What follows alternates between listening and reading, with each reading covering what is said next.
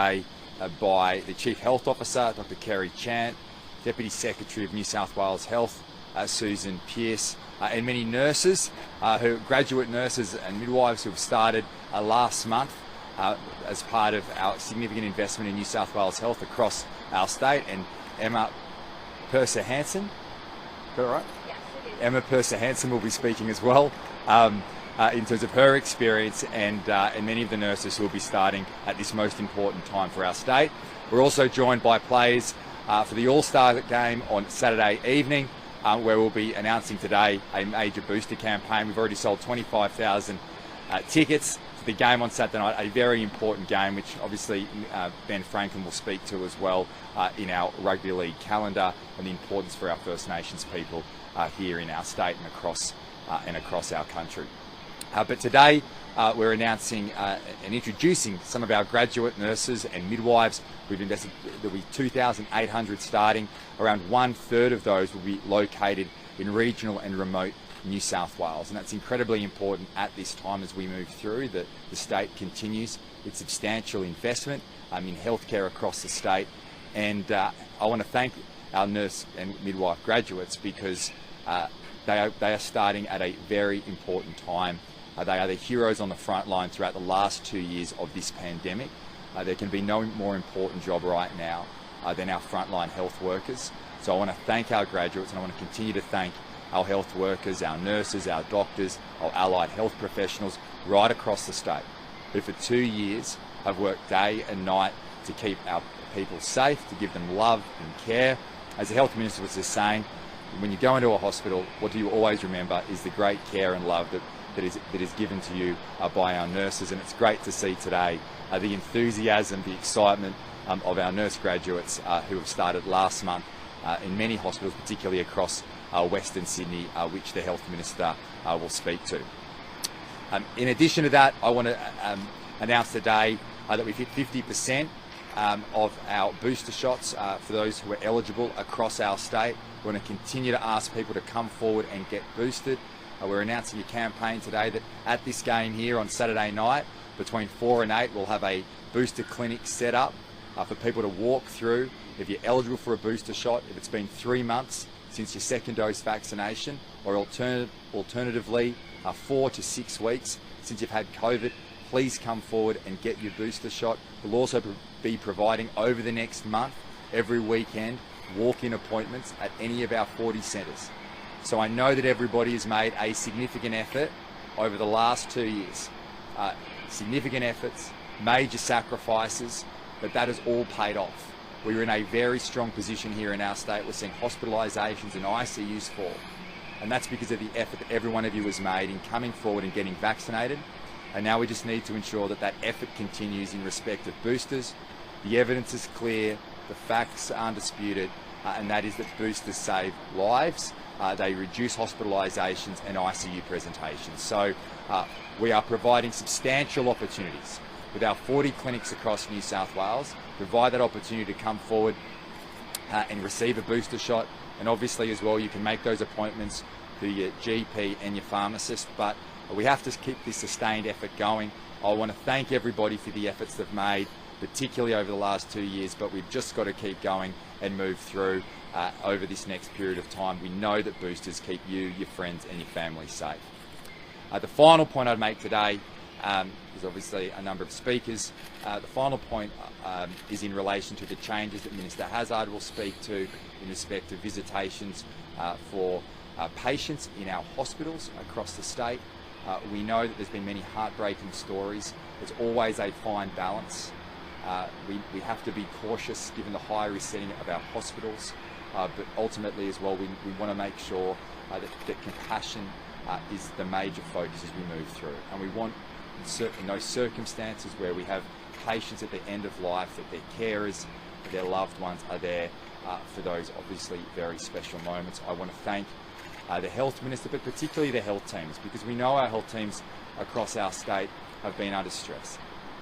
Everyone has always wanted to do what is right. There's always a fine balance. We have to balance compassion with caution in what is a high-risk setting.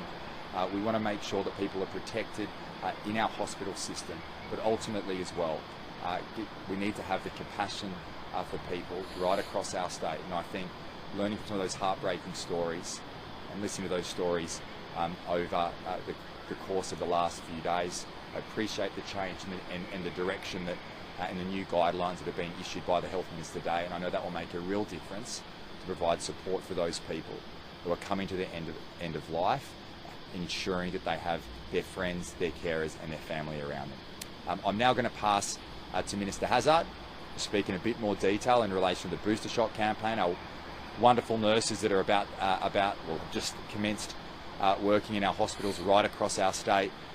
Then Dr. Kerry Chant will give a public health update. Susan Pearce will provide an update in relation to the health system here in New South Wales.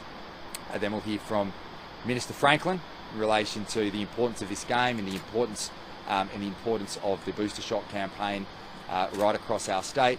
And then Emma will speak as well in relation to the excitement that she has in commencing in our health system here in New South Wales. Thank you.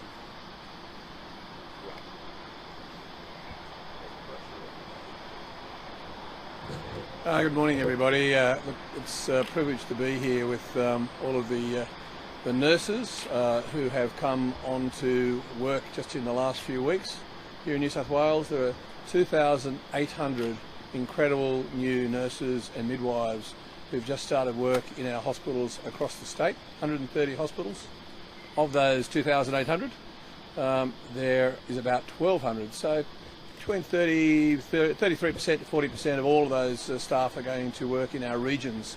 So every part of the state is going to have excited and well-trained new nurses to do what nurses do so well, and that is to care for us no matter where we are in the public health system across New South Wales.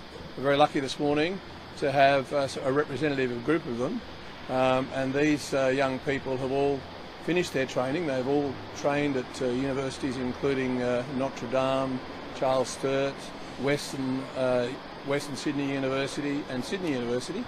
And this group are going, they've just been talking to me, they're all heading off to local hospitals, so Mount Druitt, Blacktown, Westmead.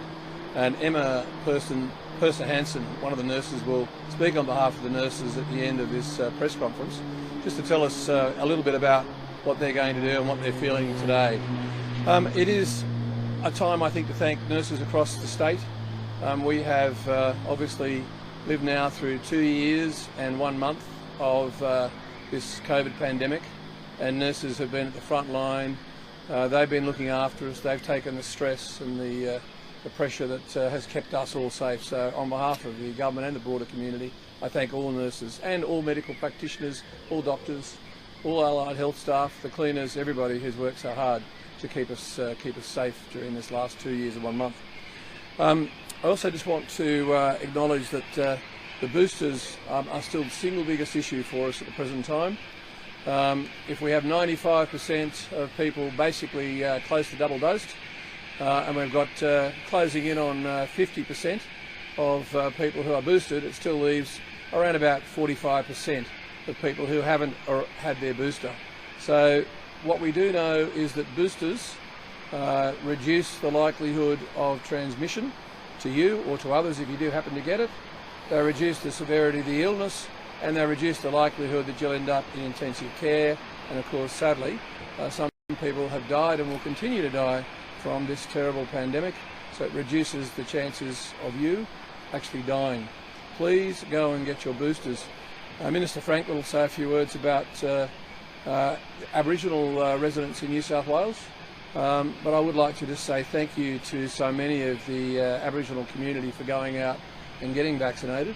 Overall, it's in the mid-80% now of people who've been vaccinated, but of course we do have some pockets, some communities where social media is still putting people off, Aboriginal people and non-Aboriginal people, from having the boosters. Can I just tell you, ignore the social media. It is next to useless. Listen to the science, go and get boosted. It will save your life and probably save family members' lives as well. Just do it, get boosted. Hospital visitations, obviously during the course of this ever-changing pandemic, there have been ever-changing rules and guidance for visitors to hospitals, and it has been challenging. In many cases I've dealt personally with with people who have had family members who are palliative or passing away, and it has been really quite horrible that there have had to be limitations on visitors into hospitals, because obviously the balancing act is trying to make sure that we do give access, but also to loved ones, but also make sure that the broader hospital patients are actually kept safe. As we moved into this stage of Omicron, there has been a review going on now for the last 2 or 3 weeks. There have been some changes actually in the last 2 or 3 weeks already, but new guidance was completed yesterday by Health. They worked with a number of different groups, including representative patient groups and medical groups, to agree on a set of guidelines, and those guidelines are being distributed today to the entire health system. But I would say this, first and foremost, as I've stressed to the health system, and I'm sure the nurses and doctors and nurses know this, but sometimes it's a little difficult, care and compassion should always be the overriding guide. But of course that care and compassion, it has to extend to the immediate patient who a visitor wants to see, but also care and compassion to the broader hospital community to keep them safe. So there's a balancing act here, but I'm satisfied that the new guidelines being issued today to the 400 health facilities and the 170,000 health staff across the state are as good as they can be for this moment. I'm not saying that there might not be further changes along the way, there might have to be. And I also emphasise that in particular areas there might be a higher rate of transmission of COVID, and in those areas hospital staff, the clinicians, the doctors and the nurses will have to apply their professional judgment to those particular issues. So it will vary in some occasions, in some areas. But overall, there's very clear guidelines now that, for example, if there's somebody who is sadly at the end of their life, or in palliative care, that everything should be done to try and ensure that those individuals do have their family members, their friends, able to see them. And of course, women giving birth, women going through that amazing process of new life will certainly be able to have their partners with them. But again, those are issues which each hospital will work through. The final comment I just want to make more broadly is that the health system is standing up again to this pandemic. It continues to hold fast in terms of making sure that our hospitals are there for patients and caring for patients. But I am absolutely delighted to be able to tell you that only a few weeks ago we had 6,300 staff furloughed. They were either having COVID, that is suffering from COVID, or they were close contacts. The latest advice I've had is that now those numbers have dropped to just over 2,000, about 2,200 as at today. So we certainly are seeing a little less pressure on our health system, and that's to be something to be very thankful for, and I am very thankful for it. At the end of the various presentations today, we'll hear from Emma Persa Hansen, who is one of the new young nurses that is representative of the 2,800 nurses, and she just said to me there's a lot of excitement. I think the expression was hell yeah. She's very excited and they're all very excited, so hopefully she'll be able to give us a little insight into how they're all feeling as they've started their first few weeks on the job. Thank you.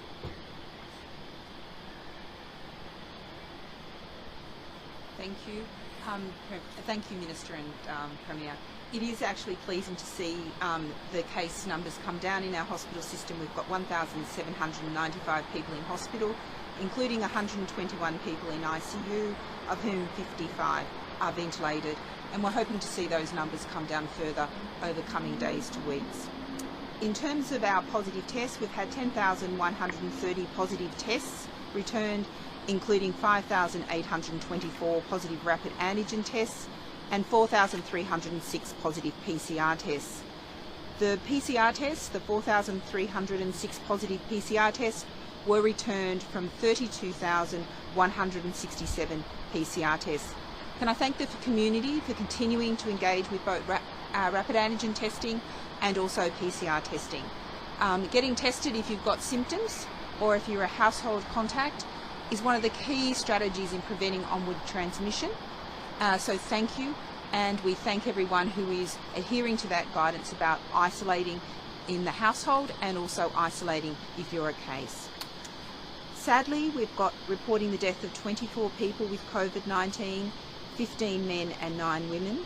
Of the 24 people who died, 1 person was in their 40s, 1 person was in their 60s, 5 people were in their 70s, 9 people were in their 80s, 7 people were in their 90s, and 1 person was aged over 100 years. 8 people had received 3 doses of COVID vaccine, 9 people had received 2 doses, and 7 people were not vaccinated. And as you're aware, we'll give the update tomorrow in relation to deaths overall and some sense of the underlying conditions that have contributed to those deaths, and also expand on the vaccination status, particularly for those younger deaths, so that we convey that to the community. But my key message is to echo everything the Premier and the Minister has said in relation to the importance of booster. So there is no doubt that the majority of people need 3 doses to be up to date with your vaccination, and some will actually be 4. So if you've got those underlying health conditions, transplant patients, you're on immunosuppressive drugs, check with your doctor about what schedule you should be on. So 3 doses are required for most, and 4 doses for some of those people that have got underlying health conditions. Thank you. As Dr. Chan has said, it is really very pleasing to see those hospital and ICU numbers coming down, and we'll have some more to say about that tomorrow in terms of how that's tracking against our model. One thing is clear though, our health system continues to work very hard to deliver an outstanding result for the community of New South Wales, and we could not be more proud of the work that they have done. 31 years ago, I was one of those graduate registered nurses, so it's with great delight as a former Chief Nursing and Midwifery Officer in this state and still a registered nurse to welcome our new graduate nurses and midwives to New South Wales. It's a very exciting time for people as you start your work in health. Got that uniform on and off you go, but it's also very daunting and a little bit scary. So please be kind to our new nurses and midwives as they start these early years of their practice. And as I've said to them this morning, who knows, one day you could end up with a great job like mine. Nobody particularly responded in the affirmative to that offer, but you know, you never know. Look, one of the other things obviously today is the booster rollout, and the Premier and the Minister and Kerry have covered this already, so I won't belabour it. But one of the things that we do know about our community here in New South Wales through our various surveys is that there is still a very, very high intention for people to have that booster shot. 89% of respondents say that they will have the booster, so it's just a matter of timing. If you're delaying, or if you're thinking about, oh, I'll get it in a couple of weeks, don't delay. Please come forward and get it. Dr. Chan has previously given guidance if you've had COVID, within 4 to 6 weeks after having had COVID, you should be okay for your booster so long as you're feeling okay. And this weekend and for the next 3 weekends after that, walk-in clinics right across New South Wales, as well as pop-up clinics. We're focusing very heavily on our Aboriginal population, which Minister Franklin will speak to, with pop-up clinics right across the state. And we're currently in the throes of finalising plans around with our cold community, with Multicultural New South Wales, about how we assist those communities to get boosted. So you do not need an appointment. We encourage families, so if your kids haven't been vaccinated yet, mum and dad might need a second dose or their booster, everybody can come, no appointments needed, come in and get a booster shot or your first and second dose this weekend. All you need to do is walk in. Thanks very much. Can I start by acknowledging the traditional owners of the land and pay my respect to elders past, present and emerging. Can I also acknowledge 4 extraordinary Indigenous All-Stars who are standing behind me. Ryan, Tyrell, Tallulah and Caitlin are amazing players, but more than that, incredible ambassadors for their culture, for their sport and for their communities. I had the privilege of meeting a number of them at the wonderful welcome event that we had for the All-Stars game this Saturday, which was held on Tuesday, including a smoking ceremony, a corroboree. It was incredibly powerful and incredibly meaningful. And I just wanted to say thank you and congratulations to Andrew Abdo, the CEO of NRL, for the work that he's done in this space in recognising community and recognising the need for reconciliation. It's been a week for the NRL and for the Indigenous All-Stars to focus on culture and to celebrate culture. And that, of course, will culminate in Saturday's magnificent event right here. We're so thrilled it's going to be here. It's the first time it's been in Sydney, but more importantly, it's the first time the All-Stars Clash has been in Western Sydney. And that's important because Western Sydney is the home to more Aboriginal people than anywhere else in Australia. And of course, because of that, a lot of Aboriginal people will be attending the game on Saturday night. And that's one of the reasons why we're here today. We know two things. We know that vaccines work, that boosters work, and we also know that, as the Minister said, even though the Aboriginal take-up of vaccines has been very high and good, it is still lower than non-Aboriginal people. And so we're keen for as many Aboriginal people to take advantage of the boosters as they possibly can. That's why we're so excited that there's a booster hub, a pop-up hub, here from 4 till 8 on Saturday afternoon. It's free, it's walk-in. As Susan and Kerry have said, there is nothing more important than protecting yourself, your loved ones, your families and your community, which we know is all important. So please come along on Saturday night. There's already 25,000 tickets that have been sold. And if you do come along, you haven't had your booster, grab your booster, because there's nothing more important than keeping your clan protected. Thank you. Hello, my name is Emma. I'm here representing Western Sydney Local Health District. So I have just been working in emergency at Westmead Public Hospital. And I just wanted to say that I'm so proud of everybody for standing up and stepping forward to start our new graduate program early, to support our local community and also to support all of our colleagues, all the doctors and nurses and all of the medical professionals. I'm very excited to be starting my new graduate program, and yes, I'm very excited. I just wanted to say, please go and get your booster shot. It's not only going to protect me, it's going to protect all of the nurses, it's going to protect all of the healthcare professionals, and it will also protect all of the community as well and everyone around you. So, yeah, please get vaccinated.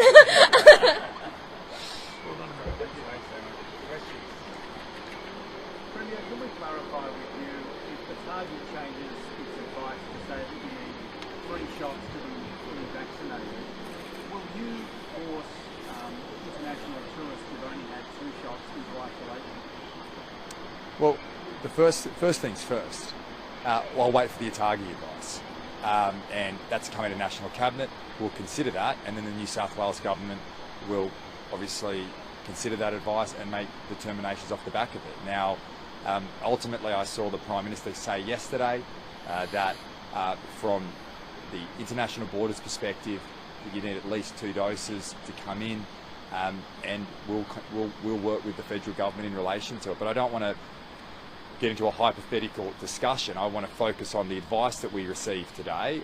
I will consider that advice, and then our government will meet to make a determination in relation to how that advice would be rolled out in a range of settings that we currently have in place. Now, there are different settings in different states where that ATAGI advice might make certain changes, but I haven't seen the advice, and until I do, it would be inappropriate for me to preempt what our government's decision would be. But you often talk about the need to get ahead of things. Presumably, the government had this discussion, and you would be preempting that decision to work out what you will do in case. Well, it's a complicated area in circumstances where different countries have different rules and procedures in place in relation to their vaccination program. Now, what we have said is that we've ensured that those people coming into our country during the pandemic have 2 doses of the vaccination, and if people are unvaccinated, they need to go to a hotel quarantine system. In that period of time, we've had a high vaccination rate of 95%, and we're running an incredibly strong booster shot campaign at the moment. That's why we're here again today, and it's very pleasing that's at 50%. So we'll work with the Commonwealth Government. We'll see. I've always believed it's in the best interest of the country if we can find unity in relation to some of these positions, but I'll consider that advice today. I would seek the advice of our Health Minister and our health teams, and then we'll make a call in relation to how we'll apply that advice across the state. But the spirit and the intent of the decisions that we'll make will be in line with the ATAGI advice. With the Premier, the borders open in 11 days, Yeah. could you have a situation, or are you worried about a situation, where you might have people who have had 2 shots, they think they're fully vaccinated, ATAGI moves the goalposts, and you then have to force those people upon arrival at Sydney Airport? Well, we won't be doing that. I mean, this is a common sense approach. We are completely in favour, as we have been in our state for many, many months. In fact, through the entire pandemic, of opening up international borders.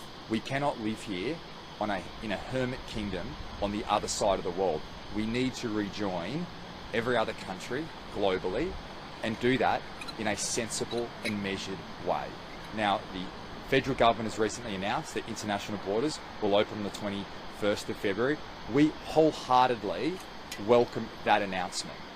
We, as a state, dispensed with hotel quarantine for those who had received 2 doses of the vaccination. That was the right approach. Other states followed. Now, as we move through, and obviously it's slightly complicated by the ATAGI advice, but we'll consider it. And ultimately what we continue to do in our state for our people, we have not mandated booster shots. What we have said is we've strongly encouraged people to go out and get that booster shot. And we continue to do that day in, day out, because we know it saves lives. As the Health Minister, Dr. Chant and Susan Pearce has said, and Emma has said, that we know that boosters reduce the symptoms, reduce the severity of the disease. We will continue to push that.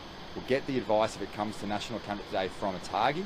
We'll consider that advice and then we'll make a decision. Premier, you've got a number of grad nurses coming on. This is the announcement that also on Tuesday there's still a mass walkout of nurses union. What are you doing to stop that walkout? The Health Minister might make some further comments in relation to that, but we're always, whether it's our nurses, our doctors, our police officers, all public servants, there are always going to be challenges from time to time, particularly with our frontline health workers, our nurses. We understand that it's been a very difficult 2 years. The health system's been under pressure here, around the country, around the world. Our nurses are our heroes on the front line. And whenever we work through those wages issues, we sit down at the table. I've done that in my former role as Treasurer over the last 2 years. I was out with the Transport Minister yesterday. There's been issues in that space. We're always willing to sit down, work through those issues. Where we can find resolution, we will. We want to make sure that all our frontline workers, the wonderful graduates that are starting today. So you're trying to find a resolution before Tuesday, though, to stop it from happening? I am completely in favour of the right and support the right of people to protest and air their views. That's an important part of our democracy. I actually embrace that. I think it's a really good and positive thing. What's important from a government's perspective is we listen to those concerns and understand them. And where we can make changes, we will. Now, I know that the Health Minister has had numerous discussions in relation to the unions, and since becoming Premier, I've also sat down with the Health Minister and the unions in relation to some of their issues. Now, we're never going to be able to resolve all issues. We accept that. But where we can find common ground and we can achieve outcomes together, we will do that. And that's my commitment as Premier. Premier, by-elections coming up on Saturday. Are you concerned they'll be By-elections are notoriously challenging for any government. By-elections will be by-elections. We're focused on getting on with the job and the issues that matter to people across our state. And I know that mums and dads around New South Wales are focused on the cost of living, household budgets, being in work, their healthcare. That's exactly what this government is focused on day in, day out, and will continue to do so through the by-elections. We've got some very good candidates replacing some very long-time serving members, with former Premier Gladys Berejiklian, former Deputy Premier John Barilaro, and the former Transport Minister Andrew Constance. They've served their communities incredibly well for a long time, and I know that those candidates who are putting their hands up for the Liberals and Nationals will serve their communities well if they're elected on Saturday. Premier, this week we haven't seen you dedicate much time to campaigning alongside those candidates. Are you taking voters for granted in those very My job is to represent everybody across New South Wales and work hard in the middle of a pandemic to get our state through. It would be completely inappropriate for me to be focusing too much of my time campaigning and not enough time governing for the people of our state. That's what I'm focused on. I was able to visit Bega, had the time to visit Bega last week and to visit Cooma in Monero and meet with the candidate and meet with local business owners. I've been out to Strathfield, been out to Willoughby. I'll drop into Willoughby today. But ultimately, as Premier of the state, my job every day is to focus on getting our people through this pandemic, ensuring that when we get to the 27th of February, we continue to lift restrictions and move through. That's my focus, and that's what I should be doing as Premier of New South Wales. You run the risk of being plunged further into minority this weekend, though. At the last election, Gladys Berejiklian said she would not work with the shooters and rely on their vote. Will you rely on the vote of the shooters party? We've been a minority government for the entire term, and we've navigated legislation through the parliament in the best interest of the people of our state. Since becoming Premier, I've always had an open door to members from whatever political persuasion they come from. And I've met with many. I've met with members... At the last election, you likened the shooters to the National Rifle Association. Do you still hold those views? Look, I've had concerns with the shooters in the past, but ultimately, if the shooters or the Labor Party or the Greens or any crossbench party has genuine concerns that can be resolved, I will work with them. I've said that from the outset of my premiership. I made that very clear to all members of the crossbench in mid to late last year. And I've met with numerous members, whether that's independents in relation to water issues, whether that's local members right across the state in respect of their concerns. So my job ban on the shooters is out the door under your government? Well, I think you're conflating two issues. What I'm focused on is that there are legitimate concerns from local members and from members in the upper house in relation to matters that they would like to raise. I will meet with them. I've said that from the outset of my premiership, and I will continue to do that. And whether that's independent members in the lower house, whether that's... I was out in Coonamble with Minister Franklin last week, working through a whole range of issues. And the local member there is not a member of the Liberals and Nationals, but I met with him and he raised issues that were of a concern to his electorate. It would only be appropriate for me, as Premier of the state, to meet with local members, as I've always said from the outset. Sorry, Premier, that wasn't the question, though. The question was about relying on their votes in the House. But we haven't... I can't see a reason why we would. That's a separate issue. I'm saying that you're conflating two issues. No, the questions were about relying on the votes of the shooters in the House. No. We've got a very good relationship with independents on the crossbench. We've worked throughout this entire term of government with those members in the lower house to navigate legislation in the best interest of the people of New South Wales. We won't always agree on legislation. I accept that, but ultimately working together will get more done. But no, it's not about relying on those members for votes. We've had a constructive relationship with the crossbench in the lower house through the entire term in government, and as my time as Premier, I've continued that relationship and will do so going forward. And what I will say about those members is that they have been incredibly constructive too, because they know the importance of stable government, particularly when a government is in a minority situation, that you have a stable parliament. Stable parliament leads to stable policy decisions, which leads to better outcomes for the people of our state. But I'll work with... My door is always open. I've said that from the outset. And there are a number of issues across the board that independent members have raised. Members of One Nation have raised with me last year on a whole range of policies that I'll consider, and if there is merit, we will deliver. What we shouldn't have is just an outright rejection of people's ideas, members of Parliament's ideas, simply because they come from a certain political persuasion. Premier, the Auditor General has another statement report calling out Treasury's attempts to hinder her investigation into the party. You were the Treasurer at the time. What responsibility do you take for Treasury's attempts to stymie her? Well, look, I haven't read the report. You haven't read the report? No, it came out yesterday. I haven't had the opportunity to read the report yet. Time is limited. I will read the report. And the reality is, if there are areas, the Auditor-General plays an important role in providing insights to governments in relation to decision-making and approaches, and where systems can be improved, if Treasury can improve their processes in relation to the provision of information to the Auditor-General, then of course we take that on board, and it should be improved. And I would expect that to occur. Just like when every Auditor-General report comes out, and they're generally scathing on government, that's just the nature of the reporting. What's important is that the government considers it, the relevant minister focuses on it, and ensures that within the public service, changes that need to be made in relation to a whole range of areas are taken on board and adopted. And that's what my expectation would be. Premier, for describing this late, unsophisticated, inaccurate forecasting treasury, this is all I use as a treasurer. I mean, this is pretty serious stuff here, and you've had to inject $5 billion into this to get her to sign off on it. How can you guarantee that that money's not going to flow down to... Oh, well, it won't. It won't. That's just another scare campaign from the Labor Party. Let's take this back a step.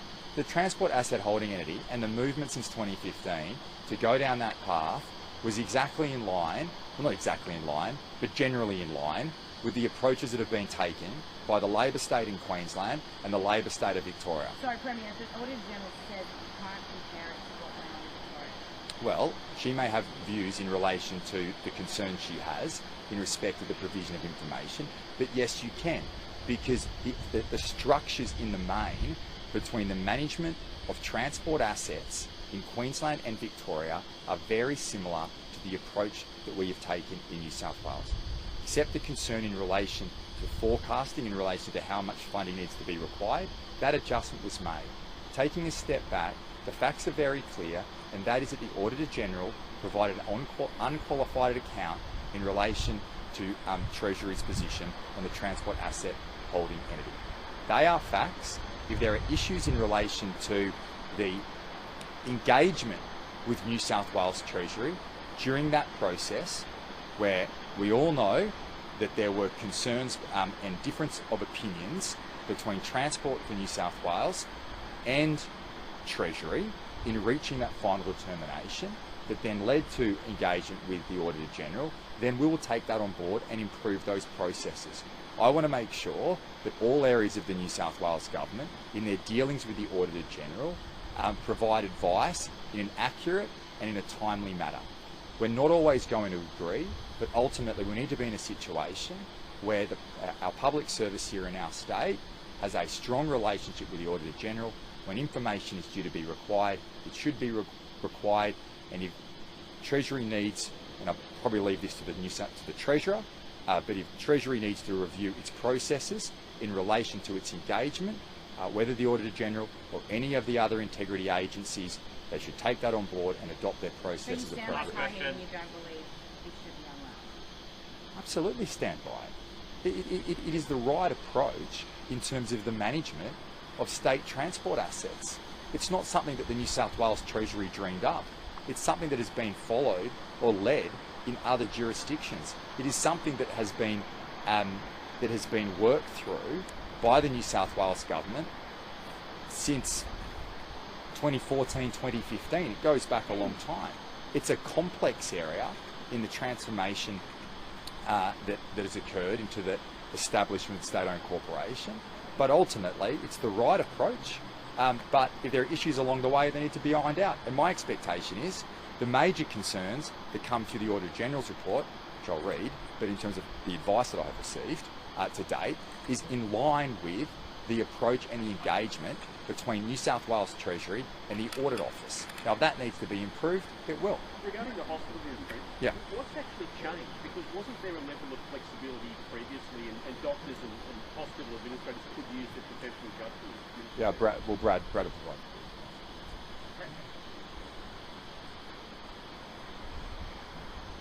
Sorry, Clint, could you ask the What question? actually changes to these guidelines? Because previously we were told there was flexibility, and when you mentioned that doctors can still show their professional judgment, effectively, I guess, stop them.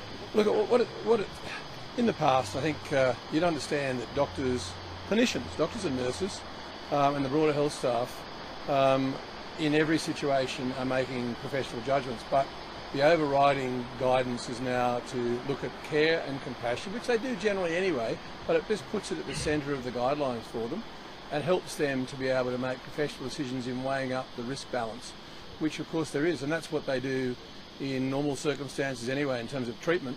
This is the broader treatment of the patient in the sense of allowing visitors in. I think it makes good sense. It was also the examples that, I mean, I've worked in many cases over the last 2 years and had to grant exemptions in the most difficult of circumstances, and I can tell you from personal experience as the Minister that to try and weigh up all of the balanced risks is really hard.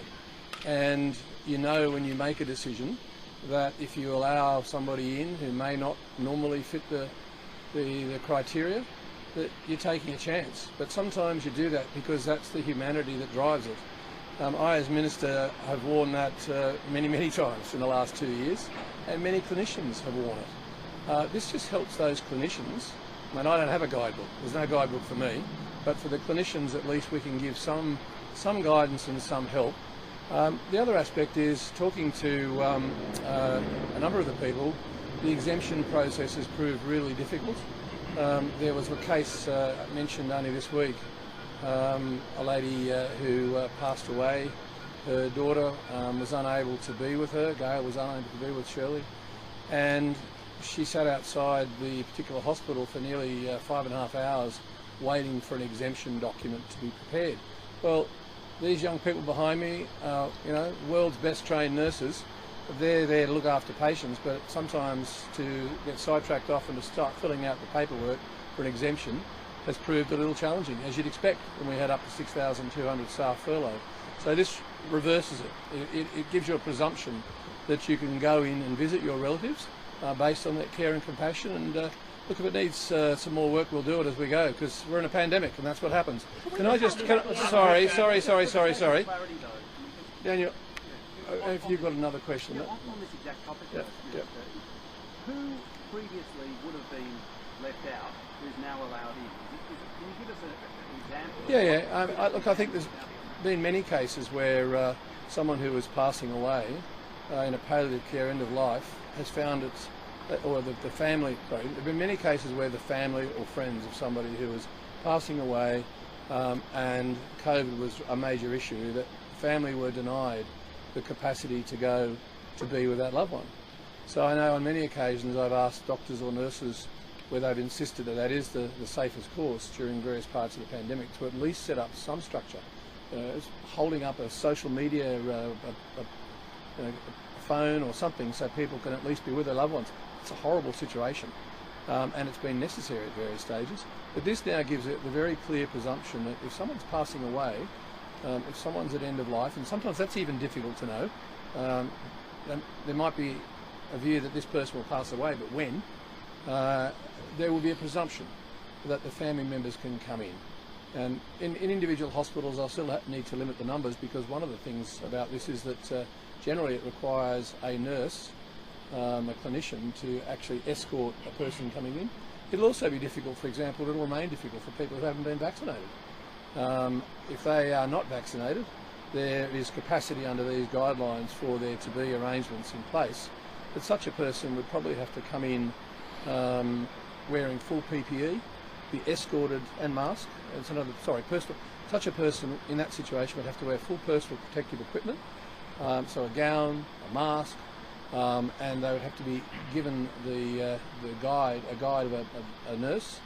So a nurse would have to take time off looking after a frontline patient to actually escort the person into the room where the person is passing away and will pass away, either an hour, in a day or 2 or 3.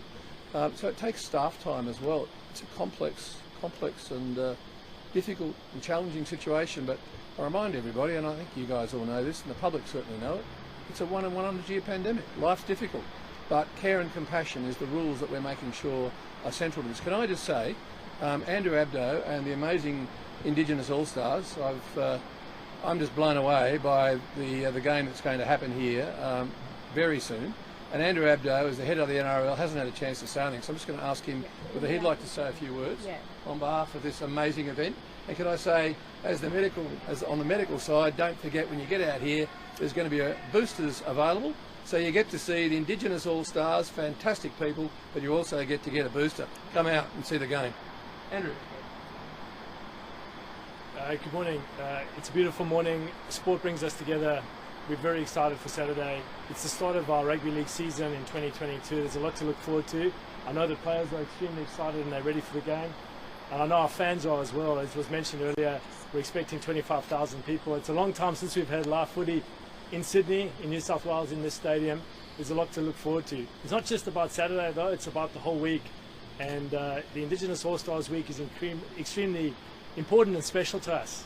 It's about community and it's about culture. It's an opportunity for our players, our fans, everyone to celebrate the wonderful multicultures of Australia, but importantly, it allows our players to re-establish a connection to their roots. It allows us to learn about cultures and learn about that sometimes our differences actually make us stronger together. So there's a lot to look forward to. We have our Women's Premiership kicking off at the end of the month on February 27th, and we're all excited, as we know our fans are, to see live football again. Just in terms of COVID protocols, are you expecting many games to be missed during the season because of, I guess, players contracting it or being isolated? And what are the latest protocols for the clubs? Well, everyone has done a terrific job in navigating this panic for a long period of time now. I know we all have a lot of fatigue in talking about this. Our focus this season is on season continuity. The environment is different, and so we're gearing our protocols in a slightly different way. We certainly don't want the players living in bubbles any longer, just like the community. So we have to think about continuity differently. The rapid antigen testing is critical, and that's happening every day. We're asking the players to take reasonable measures to stay safe, but ultimately we don't want to miss any games, and we're not planning for the suspension or the postponement of any games. So we've had to think out of the box, and we've had to think about squad depth, the amount of players and teams that travel, and how we adjust our protocols to ensure that we play all games as planned. It's a busy year. We've got 2 NRLW premierships, we've got the Telstra premiership as well, and then we've got a World Cup at the end of the year to look forward to as well. And how does it work for fans coming to the game Saturday night or already the games throughout the season? Vaccination status and check-ins and so forth? Yeah, that's up to the public health orders in each and every state. So on Saturday in New South Wales, it's terrific. The players have shown a lot of leadership in promoting vaccination and boosters. We're going to have a pop-up clinic here in the stadium, and the public health orders are in play. This is an open-air stadium. The majority of New South Wales is vaccinated. There's strong encouragement from all of us to get boosted because we know it's safe. This will be a COVID-safe environment. Thanks, everyone. Thank you, everybody.